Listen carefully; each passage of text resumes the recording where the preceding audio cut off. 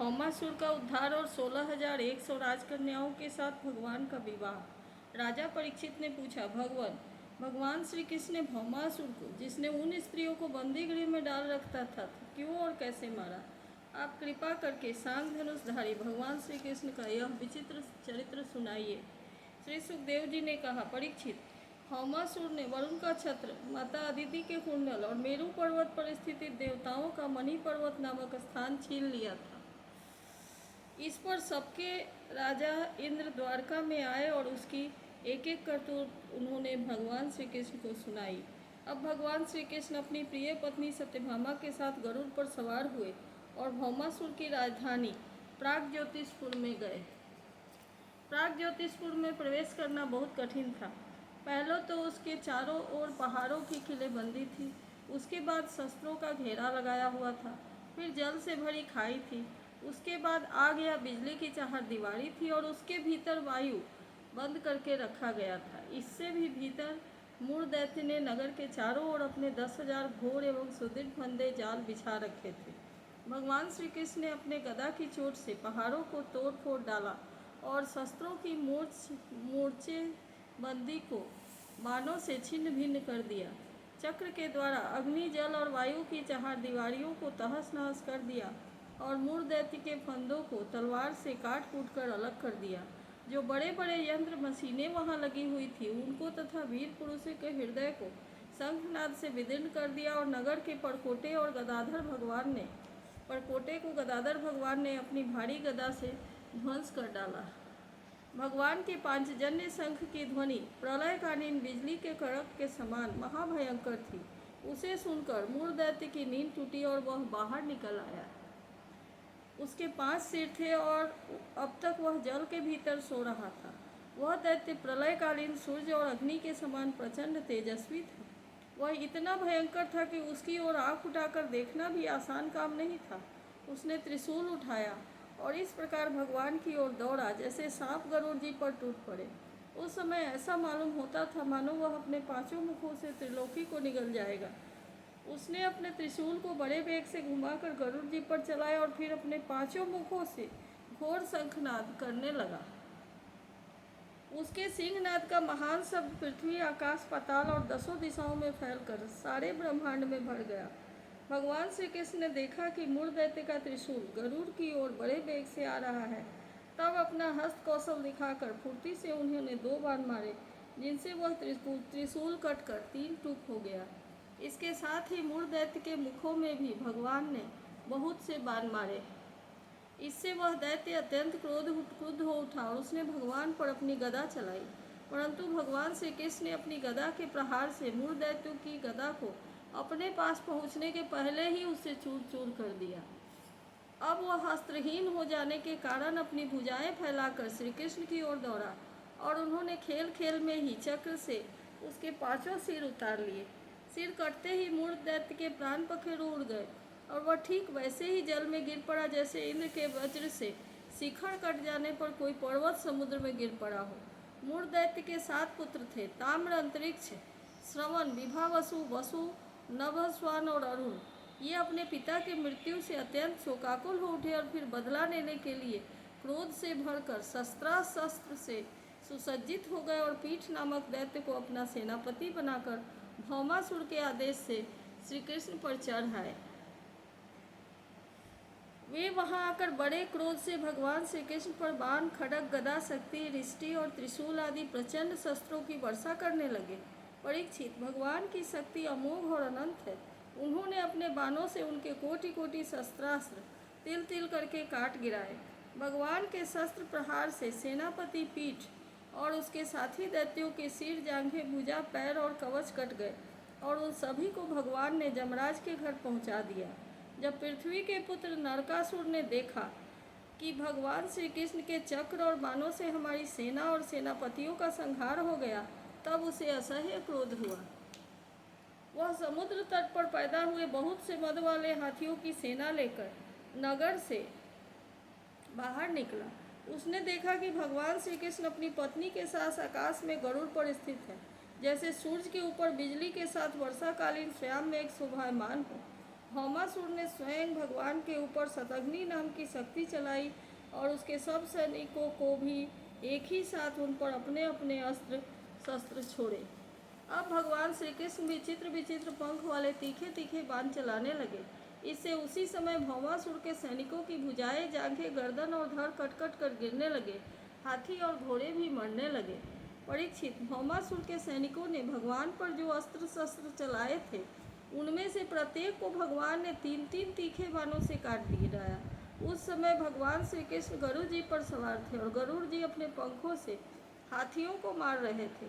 उनकी चोंच, पंख और पंजों की मार से हाथियों को बड़ी पीड़ा हुई और वे सब के सब आर्त होकर युद्ध भूमि से भागकर नगर में घुस गए। अब वहां अकेला भौमासुर ही लड़ता रहा। जब उसने देखा कि गरुड़ जी की मार से पीड़ित होकर मेरी सेना भाग रही है, तब उसने उन पर वह शक्ति चलाई जिसने वज्र को भी विफल कर दिया था, परंतु उसकी चोट से पक्षीराज गरुड़ तनिक भी विचलित न हुए, मानो किसी ने मतवाले गजराज पर फूलों की माला से प्रहार किया हो। अब भौमासुर ने देखा कि मेरी एक भी चाल नहीं चलती, सारे उद्योग विफल होते जा रहे। तब उसने श्री कृष्ण को मार डालने के लिए एक त्रिशूल उठाया, परंतु उसे अभी वह छोड़ भी न पाया था कि भगवान श्री कृष्ण छुरे के समान तीखी धार वाले चक्र से हाथी पर बैठे हुए भौमासुर का सिर काट डाला। उसका जगमगाता हुआ सिर कुंडल और सुंदर किरीट के सहित पृथ्वी पर गिर पड़ा। उसे देखकर भौमासुर के सगे संबंधी हाय हाय पुकार उठे। ऋषि लोग साधु साधु कहने लगे और देवता लोग भगवान पर पुष्पों की वर्षा करते हुए स्तुति करने लगे। अब पृथ्वी भगवान के पास आई। उसने भगवान श्री कृष्ण के गले में वैजयंती के साथ वनमाला पहना दी और अदिति माता के जगमगाते हुए कुंडल जो तपाए हुए सोने के एवं रत्न जटित थे भगवान को दे दिए और वरुण का छत्र और साथ ही एक महामणि भी उनको दी। राजन, इसके बाद पृथ्वी देवी बड़े बड़े देवताओं के द्वारा पूजित विश्वेश्वर भगवान श्री कृष्ण को प्रणाम करके हाथ जोड़कर भक्ति भाव भरे हृदय से उनकी स्तुति करने लगी। पृथ्वी देवी ने कहा, शंख चक्र गदाधारी देव देवेश्वर, मैं आपको नमस्कार करती हूँ। परमात्मन, आप अपने भक्तों की इच्छा पूर्ण करने के लिए उसी के अनुसार रूप में प्रकट किया करते हैं। आपको मैं नमस्कार करती हूँ। प्रभु, आपकी नाभि से कमल प्रकट हुआ है, आप कमल की माला पहनते हैं, आपके नेत्र कमल से खिले हुए शांतिदायक हैं, आपके चरण कमल के समान सुकुमार और भक्तों के हृदय को शीतल करने वाले हैं। आपको मैं बार बार नमस्कार करती हूँ। आप समग्र ऐश्वर्य, धर्म, यश, संपत्ति, ज्ञान और वैराग्य के आश्रय है। आप सर्वव्यापक होने पर भी स्वयं वसुदेव नंदन के रूप में प्रकट है। मैं आपको नमस्कार करती हूँ। आप ही पुरुष हैं और समस्त कारणों के परम कारण हैं। आप स्वयं पूर्ण ज्ञान स्वरूप हैं। मैं आपको नमस्कार करती हूँ। आप स्वयं तो हैं जन्म रहित, परंतु इस जगत के जन्मदाता आप ही हैं। आप ही अनंत शक्तियों के आश्रय ब्रह्म हैं। जगत का जो कुछ भी कार्य कारणमय रूप है, जिसने भी प्राणी या अप्राणी है, सब आप ही के स्वरूप हैं। परमात्मा, आपके चरणों में मेरे बार बार नमस्कार। प्रभु, जब आप जगत की रचना करना चाहते हैं तब उत्कट रजोगुण को, और जब इसका प्रलय करना चाहते हैं तब तमोगुण को, तथा जब इसका पालन करना चाहते हैं तब सत्वगुण को स्वीकार करते हैं। परंतु यह सब करने पर भी आप इन गुणों से ढकते नहीं, लिप्त नहीं होते। जगतपते, आप स्वयं ही प्रकृति, पुरुष और दोनों के संयोग वियोग के हेतु काल है और उन तीनों में से भी परे हैं। भगवान, मैं पृथ्वी, जल, अग्नि, वायु, आकाश, पंच तन्मात्राएं, मन, इंद्रिय और इनके अधिष्ठात्री देवता, अहंकार और महातत्व, कहाँ तक कहूँ, यह संपूर्ण चराचर जगत आपके अद्वितीय स्वरूप में भ्रम के कारण ही पृथक प्रतीत होते हैं।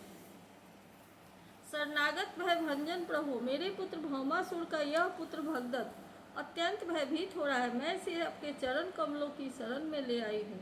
प्रभु, आप इसकी रक्षा कीजिए और इसके सिर पर अपना यह कर कमल रखिए जो सारे जगत के समस्त पाप तापों को नष्ट करने वाला है। श्री सुखदेव जी कहते हैं, परीक्षित, जब पृथ्वी ने भक्ति भाव से विनम्र होकर इस प्रकार भगवान श्री कृष्ण की स्तुति प्रार्थना की, तब उन्होंने भगदत्त को अभय दान दिया और भौमासुर के समस्त संपत्तियों से संपन्न महल में प्रवेश किया। वहां जाकर भगवान ने देखा कि भौमासुर ने बलपूर्वक राजाओं से 16,000 राजकुमारियां छीनकर अपने यहाँ रख छोड़ी थी। जब उन राजकुमारियों ने अंतःपुर में पधारे हुए नरश्रेष्ठ भगवान श्री कृष्ण को देखा, तब वे मोहित हो गई और उन्होंने उनकी अहेतु की कृपा से अपना सौभाग्य समझकर मन ही मन भगवान को अपने परम प्रियतम पति के रूप में वर्ण कर लिया। उन राजकुमारियों में से प्रत्येक ने अलग अलग अपने मन में यही निश्चय किया, ये श्री कृष्ण ही मेरे पति हैं और विधाता मेरी इस अभिलाषा को पूर्ण करे। इस प्रकार उन्होंने प्रेम भाव से अपना हृदय भगवान के प्रति निछावर कर दिया। तब भगवान श्री कृष्ण ने उन राजकुमारियों को सुंदर सुंदर निर्मल वस्त्राभूषण पहनाकर पालकियों से द्वारका भेज दिया और उनके साथ ही बहुत से खजाने, रथ, घोड़े और अतुल संपत्ति भी भेजी। एरावत के अंश वंश में उत्पन्न हुए अत्यंत वेगवान 4-4 दांतों वाले सफ़ेद रंग के 64 हाथी भी भगवान ने वहां से द्वारका भेजे। इसके बाद भगवान श्री कृष्ण अमरावती में स्थित देवराज इंद्र के महलों में गए। वहां देवराज इंद्र अपनी पत्नी इंद्राणी के साथ सत्यभामा जी और भगवान श्री कृष्ण की पूजा की। तब भगवान ने अदिति के कुंडल उन्हें दे दिए। वहां से लौटते समय सत्यभामा जी की प्रेरणा से भगवान श्री कृष्ण ने कल्प वृक्ष उखाड़ कर गरुड़ पर रख लिया तथा देवराज इंद्र तथा समस्त देवताओं को जीतकर उसे द्वारका में ले आए। भगवान ने उसे सत्यभामा के महल के बगीचे में लगा दिया। इससे उस बगीचे की शोभा अत्यंत बढ़ गई। कल्प वृक्ष के साथ उसके गंध और मकरंद के लोभी भौरे स्वर्ग से द्वारका में चले आए थे। परीक्षित, देखो तो सही, जब इंद्र को अपना काम बनाना था तब उन्होंने अपना सिर झुकाकर मुकुट की नोक से भगवान श्री कृष्ण के चरणों का स्पर्श करके उनसे सहायता की भिक्षा मांगी थी, परंतु जब काम बन गया तब उन्होंने उन्हीं भगवान श्री कृष्ण से लड़ाई ठान ली। सचमुच ये देवता भी बड़े तमोगुणी हैं और सबसे बड़ा दोष तो उनमें धनाढ्यता का है। धिक्कार है ऐसी धनाढ्यता को। तदनंतर भगवान श्री कृष्ण ने एक ही मुहूर्त में अलग अलग भवनों में अलग अलग रूप धारण करके एक ही साथ सब राजकुमारियों का शास्त्रोक्त विधि से पानी ग्रहण किया। सर्वशक्तिमान अविनाशी भगवान के लिए इसमें आश्चर्य की कौन सी बात है। परीक्षित, भगवान की पत्नियों के अलग अलग महलों में ऐसी दिव्य सामग्रियां भरी हुई थी जिनके बराबर जगत में कहीं भी और कोई भी सामग्री नहीं है। फिर अधिक की तो बात ही क्या है। उन महलों में रहकर मति गति के परे की लीला करने वाले अविनाशी भगवान श्री कृष्ण अपने आत्मानंद में मगन रहते हुए लक्ष्मी जी की अंश स्वरूपा उन पत्नियों के साथ ठीक वैसे ही विहार करते थे जैसे कोई साधारण मनुष्य घर गृहस्थी में रहकर गृहस्थ धर्म के अनुसार आचरण करता है। परीक्षित, ब्रह्मा आदि बड़े बड़े देवता भी भगवान के वास्तविक स्वरूप को और उनकी प्राप्ति के मार्ग को नहीं जानते। उन्हीं रमारमन भगवान श्री कृष्ण को उन स्त्रियों ने पति के रूप में प्राप्त किया था। अब नित्य निरंतर उनके प्रेम और आनंद की अभिवृष्टि होती रहती थी और वे प्रेम भरी मुस्कुराहट, मधुर चितवन, नव समागम, प्रेमालाप तथा भाव बढ़ाने वाली लज्जा से युक्त होकर सब प्रकार से भगवान की सेवा करती रहती थी। उनमें से सभी पत्नियों के साथ सेवा करने के लिए सैकड़ों दासियां रहती थी। फिर भी जब उनके महल में भगवान पधारते तब स्वयं आगे आकर आदरपूर्वक उन्हें निवाल लाती, श्रेष्ठ आसन पर बैठाती, उत्तम सामग्रियों से पूजा करती, चरण कमल पधारती, पान लगाकर खिलाती, पांव दबाकर थकावट दूर करती, पंखा झलती, इत्र फुलेल चंदन आदि लगाती, फूलों के हार पहनती, केस संवारती, सुलाती, स्नान कराती और प्रत्येक प्रकार के भोजन कराकर अपने ही हाथों भगवान की सेवा करती। इति श्रीमद्भागवत महापुराणे पारमहंस्यां संहितायां दशम स्कंधे उत्तरार्धे पारिजात हरण नरको वधो नाम 59 अध्यायः।